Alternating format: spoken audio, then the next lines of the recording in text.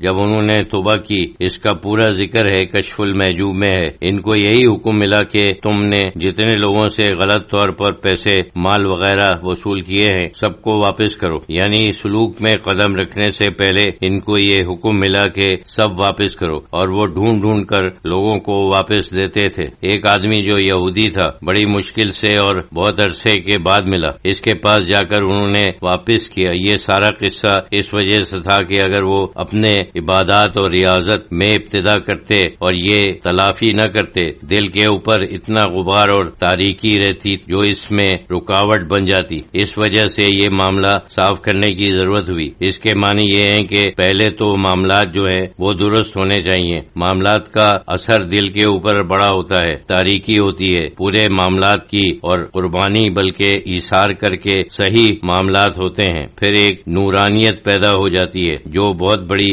نورانیت ہے، وہ عبادت کی نورانی روحانیت کے برابر ہے، اور یہ دونوں لازم و ملزوم عبادت بغیر صحیح معاملات کے کارآمد نہیں ہوتی۔ اسی طرح سے صحیح معاملہ بغیر عبادت کے اس میں بھی کمی رہ جاتی ہے، لیکن پھر بھی ممکن ہے اللہ تعالیٰ اپنے حقوق کو بخش دے۔ وہ کہہ کہ اچھا تم نے عبادت نہیں کی، یہ میں بخش دیتا ہوں، لیکن یہ تو ایک اندازہ ہے، یہ تو ہم نہیں کہہ سکتے۔ لیکن کیونکہ اللہ تعالیٰ کی غالب صفت جو بیان کی گئی ہے وہ یہی رحمان و رحیم ہے، صبح سے شام تک بسم اللہ الرحمن الرحیم کہنا پڑتا ہے، تو رحمان اور رحیم وہ ہے جو ہر ایک سے رحم، مہربانی اور شفقت سے پیش آتا ہے۔ اللہ تعالیٰ کو یہ صفت بہت پسند ہے، عاجزی بھی پسند ہے، اپنی طرف بندگی وہ بھی پسند ہے، لیکن یہ جو رحمان کی صفت ہے، ایک انسان دوسرے انسان کے ساتھ مہربانی سے پیش آئے، سمجھو حدیث قدسی ہے، یعنی اللہ کی صفتوں میں سے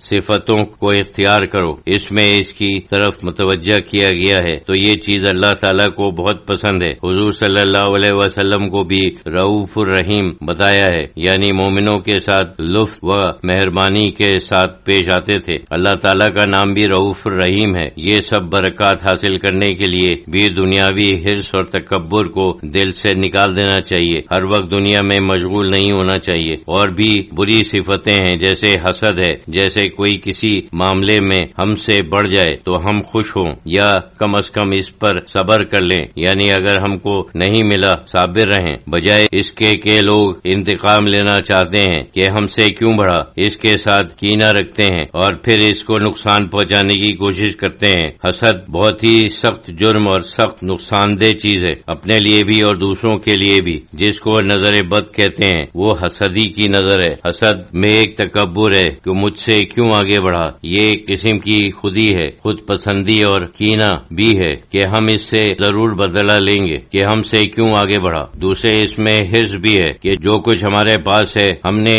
اس پر التفا نہیں کیا، یا اللہ تعالیٰ کا شکر ادا نہیں کیا کہ ہمارے پاس جو کچھ ہے بہت ہے، لیکن کسی اور کے پاس ہو گیا ہے، یا کسی نے کسی طریقے سے ہم سے زیادہ حاصل کر لیا تو ہم اس کا بھی لالچ کرتے ہیں۔ حسد میں حرص بھی ہے، تکبر بھی ہے، کینہ بھی ہے، بہت سی چیزیں ہیں، بہت سی چیزوں کا مجموعہ ہے۔ اس وجہ سے یہ بہت ہی نقصان دہ چیز ہے، یہ جذبہ دل سے بالکل نکال دینا چاہیے، ورنہ یہ بھی روحانی فیوز کے لیے ایک رکاوٹ ہے۔ حرص ہے، کینہ ہے، انتقامی جذبہ، معاف کرنے سے انکار، اور تکبر اس طرح سے کہ ہم چاہتے ہیں کہ لوگ ہمارے سامنے ذلیل ہوں اور ہم ان کو ذلیل کرنے کی کوشش میں رہتے ہیں، یہ تکبر ہے۔ اللہ تعالیٰ کو یہ صفت بھی بہت بری لگتی ہے، کیونکہ یہ صفت اصل میں اللہ تعالیٰ کا حق ہے، انسان کا حق نہیں ہے۔ وہ تکبر کرے، اللہ کا نام ہے متکبر، یعنی اپنے آپ کو بڑا بیان کرنا، اور وہی حقدار ہے۔ انسان تکبر کرتا ہے تو وہ ایک قسم کا شرک ہے، جیسے وہ بھی اپنے آپ کو ایک خدا بتا رہا ہے۔